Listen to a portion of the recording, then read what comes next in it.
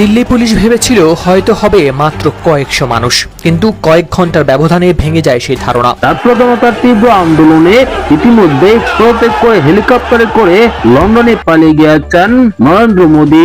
এক অন্যরকম ইতিহাস রচিত হলো। গণ অভ্যুত্থানে পতন হলো সরকারের, হেলিকপ্টারে করে পালালেন দেশ ছেড়ে। এতে রাজপথে বিজয় উল্লাসে মাতেন ছাত্র জনতা।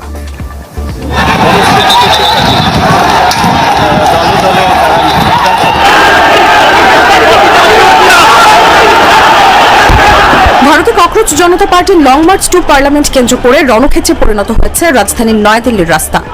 সোমবার নিষেধাজ্ঞা ও ব্যারিকেড উপেক্ষা করে হাজার হাজার বিক্ষুব্ধ শিক্ষার্থী এবং তরুণ রাজপথে নেমে এলে তাদের ছত্রভঙ্গ করতে লাঠিচার্জ ও কাঁদানে গ্যাস ছোড়ে পুলিশ। আলোচিত ককরোচ জনতা পার্টির পার্লামেন্ট মার্চ কর্মসূচিকে কেন্দ্র করে অগ্নিগর্ভ হয়ে উঠেছে দিল্লি। দর্শক, এই জুলাইতেই পতন হয়েছিল সাবেক প্রধানমন্ত্রী শেখ হাসিনার, যিনি এখন ভারতের আশ্রয়ে আছেন। কিন্তু সেই ভারতেই চলছে এখন নতুন ধামাকা। যে কোনো সময় পাল্টে যেতে পারে ভারতের রাজনৈতিক সমীকরণ। নরেন্দ্র মোদীকে যে কোনো সময় দেশ ছাড়তে বাধ্য করা হতে পারে। এদিকে ককরোচ জনতা পার্টি কঠিন আন্দোলনের ঘোষণা দিয়েছেন। যে কোনো সময় দেশ ছেড়ে পালাতে হতে পারে নরেন্দ্র মোদীকে। এরই মধ্যে আন্দোলনের তীব্রতা ও কঠিন রূপ ধারণ করেছে নয়াদিল্লিতে। চতুর্দিক থেকে লক্ষ লক্ষ লোক এখন ভারতের অভিমুখে প্রবেশ করছেন। মমতা ব্যানার্জি ইতিমধ্যে জানিয়ে দিয়েছেন তিনিও ককরোচ জনতা পার্টির সাথে একত্রিত হয়ে এই আন্দোলনে যোগদান করবেন। তাহলে কি নতুন কোনো খেলা শুরু হচ্ছে? বিস্তারিত আজকের ভিডিওতে। দিল্লি পুলিশ ভেবেছিল হয়তো হবে মাত্র কয়েকশো মানুষ, কিন্তু কয়েক ঘন্টার ব্যবধানে ভেঙে যায় সেই ধারণা। দিল্লির যন্তর মন্তরের ছোট্ট প্রতিবাদ মঞ্চ পরিণত হয় জনসমুদ্রে। এরপর যা ঘটেছে তা অনেকের কাছেই মনে করিয়ে দিয়েছে 2021 সালে সেই 26 জানুয়ারির কথা। এখন প্রশ্ন উঠছে, ককরোচ জনতা পার্টির আন্দোলনের প্রকৃত শক্তি কি একেবারেই বুঝতে পারেনি দিল্লি পুলিশ?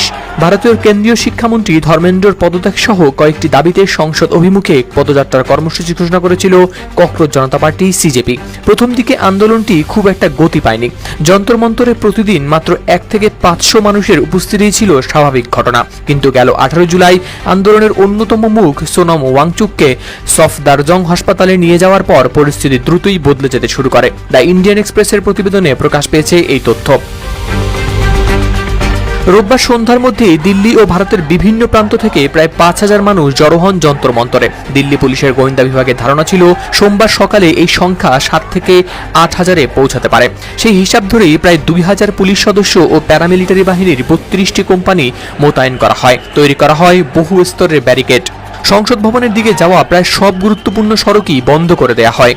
কিন্তু সোমবার সকালেই ভুল প্রমাণিত হয় পুলিশের সেই হিসেব। শুধু যন্তর মন্তরেই উপস্থিত হন প্রায় 15,000 মানুষ। আর দিল্লির বিভিন্ন এলাকায় থাকা আন্দোলনকারীদের হিসাব করলে সেই সংখ্যা 50,000 বা তারও বেশি বলে ধারণা করা হচ্ছে। এমনকি আন্দোলনকারীদের একটি অংশ সংসদ ভবনের খুব কাছাকাছিও পৌঁছে যায়। পরিস্থিতি বুঝতে পেরে দিল্লি পুলিশ জরুরি ভিত্তিতে শহরের 14টি এলাকা থেকে অতিরিক্ত বাহিনী তলব করে। প্রতিটি এলাকা থেকে একজন সহকারী পুলিশ কমিশনার ও 100 পুলিশ সদস্যকে দ্রুতই ঘটনাস্থলে পাঠানোর নির্দেশ দেওয়া হয়। একই সঙ্গে আন্দোলনের আয়োজকদের সঙ্গে আপোষের চেষ্টা চালান শীর্ষ পুলিশ কর্মকর্তারাও। সীমিত পরিসরে মিছিল এগিয়ে নেওয়ার একটি প্রস্তাবও দেওয়া হয়েছিল বলে জানা গেছে, তবে ব্যর্থ হয় সেই 3 দফা আলোচনা। আয়োজকরা আন্দোলন শান্তিপূর্ণ রাখার আহ্বান জানালেও বেলা বাড়ার সঙ্গে সঙ্গেই পরিস্থিতি হয়ে ওঠে আরও উত্তপ্ত।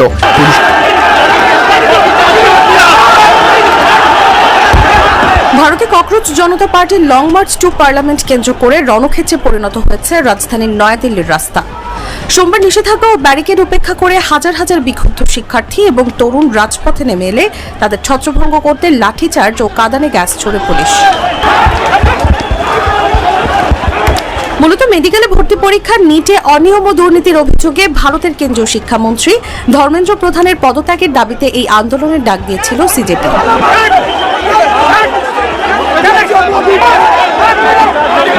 সোমবার সকাল থেকে সেন্ট্রাল দিল্লির প্রধান বিক্ষোভস্থল যন্তর মন্তরে জড়ো হতে থাকেন হাজার হাজার তরুণ আন্দোলনকারী। মিছিল নিয়ে তারা পার্লামেন্টের দিকে এগোতে চাইলে এবং একাধিক স্থানে বসানো নিরাপত্তা ব্যারিকেড ভেঙে ফেলার চেষ্টা করলে পুলিশের সঙ্গে ধস্তাধস্তি শুরু হয়। এতে বেশ কয়েকজন আন্দোলনকারী ও পুলিশ সদস্য সামান্য আহত হয়েছেন।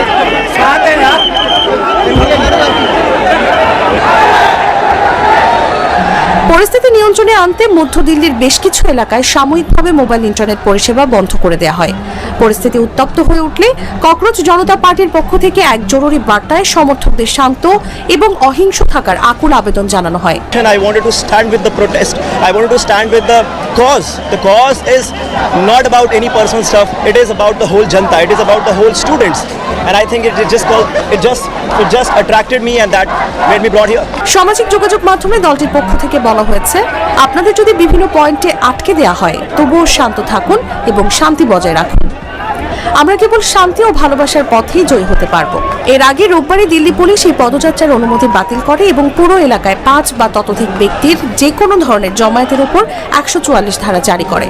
Actually, we want to stand with the students who have affected with the NEET problem, the NEET paper leak, and the accountability have to be taken by the education minister, because in 2024 actually a paper leak already happened, and this time it is again repeated, and he is not taking proper accountability. সামাজিক যোগাযোগ মাধ্যম এক্সে দিল্লি পুলিশের পক্ষ থেকে একটি বার্তা প্রকাশ করা হয়। সেখানে স্পষ্ট জানিয়ে দেওয়া হয়, অনুমোদিত যন্তর মন্তর এলাকা ছাড়া কোথাও মিছিল, শোভাযাত্রা বা বিক্ষোভ সমাবেশ সম্পূর্ণ নিষিদ্ধ। কোনো ব্যক্তি এই নির্দেশ অমান্য করলে তার বিরুদ্ধে আইনি ব্যবস্থা নেওয়া হবে। দিল্লি পুলিশ দেশের সব নাগরিককে আইন মেনে চলতে এবং আইন শৃঙ্খলা রক্ষায় সহযোগিতার আহ্বান জানান। ये भी कोई सरकार नहीं, वो सिर्फ देश का गद्दार है। सरकार अगर होती तो समाज के लिए काम करता, भाई जो है वो है। सरकार होती, सरकार का मतलब समाज के लिए काम करना, सरकार का मतलब है किसानों के लिए काम करना, औरतों के लिए काम करना, पुरुष के लिए काम करना, शिक्षा पे काम करना, चिकित्सालय पे काम करना। ये गद्दार है, कोई पार्टी नहीं है। ये पार्टी है नहीं, गद्दार है सीधा जो है, देश की बोल रही है। गंभीर आरोप जब सिर्फ हमको टेररिस्ट घोषित कर रहे हैं, एंटी घोषित कर रहे हैं और गवार घोषित कर रहे हैं, तो तुम तो रियल में हम तो मुंह पे बोलेंगे। এনটি এর মাধ্যমে যে দুর্নীতি হয় সেই দুর্নীতির টাকাটা বিজেপির ফান্ডে যে পৌঁছে দেয় যে লোকটা, তার নাম হচ্ছে ধর্মেন্দ্র প্রধান। একটার পর একটা দুর্নীতিতে বিজেপির নেতাদের নাম পাওয়া গেছে। सरकार किसकी है? बीजेपी की। गलती कौन कर रहा है? बीजेपी। चोरी कौन कर रहा है? राम मंदिर बीजेपी। हर चीज में गलती कर रहा है बीजेपी। हम किसको कांग्रेस को नहीं। एक और चीज, एक शायर अर्ज करूंगा इन वक्तों के लिए, ये सब अंधभक्त जितने जो है, देखिए आज तक 12 साल में प्रेस कॉन्फ्रेंस मीटिंग नहीं करते प्रधानमंत्री, विदेश की यात्रा में निकल जाते हैं, बीवी से भाग जाते हैं, देश में कोई प्रॉब्लम है तो भाग जाते हैं। मोदी जी का जितना भी कार्यकाल है भागने का है। मोदी जी का भागना एक अदा है। मोदी जी का भागना एक अदा है। मोदी जी को जो महान समझे वो सबसे बड़ा अदा है। ভারতের রাজধানী দিল্লির যন্তর মন্তরে টানা 20 দিন ধরে চলা অনশন ভাঙতে অবশেষে পদক্ষেপ নিয়েছে দিল্লি পুলিশ। সাদা চাদর দিয়ে ঢেকে তুলে নেওয়া হলো অনশনরত পরিবেশবিদ ও শিক্ষাবিদ সোনম ওয়াংচুককে। আর এই এক ঘটনার পরেই পুরো আন্দোলনের মোড় ঘুরে গেছে 360 ডিগ্রি। যে আন্দোলন শুরু হয়েছিল কেন্দ্রীয় শিক্ষামন্ত্রীর পদত্যাগের দাবিতে। ওয়াংচুককে হাসপাতালে পাঠানোর পর সেই ক্ষোভের আগুন এখন গিয়ে লেগেছে খোদ প্রধানমন্ত্রীর গতিতে। সরাসরি দাবি উঠেছে পদত্যাগ করতে হবে নরেন্দ্র মোদীকে। নিট পরীক্ষার প্রশ্নপত্র ফাঁস ও সিবিএসইর দুর্নীতির বিরুদ্ধে দাবিতে ককরোচ জনতা পার্টি নামের একটি সামাজিক ও ছাত্র সংগঠন আন্দোলন শুরু করে। এই সমাবেশ থেকেই দাবি ওঠে ভারতের কেন্দ্রীয় শিক্ষামন্ত্রী ধর্মেন্দ্র প্রধানের পদত্যাগের। আর তাদের এই দাবির সাথে সংযুক্তি জানিয়ে দিল্লির তীব্র গরমের মধ্যে কেবল লবণ আর পানি খেয়ে আমরণ অনশন শুরু করেছিলেন সোনম ওয়াংচুক। টানা 20 দিনে তার ওজন কমে যায় প্রায় 9 কেজি। বিবিসির প্রতিবেদনে বলা হয়েছে, সোনম ওয়াংচুককে পুলিশ জোর করে অনশন মঞ্চ থেকে সরিয়ে দেওয়ার পর আন্দোলনের মোড় সম্পূর্ণ ঘুরে গেছে। আন্দোলনকারী সংগঠন ককরোচ জনতা পার্টির প্রতিষ্ঠাতা অভিজিৎ দীপকে সরকারের এই অ্যাকশনের তীব্র নিন্দা জানিয়ে সরাসরি প্রধানমন্ত্রী নরেন্দ্র মোদীর পদত্যাগ দাবি করেছেন।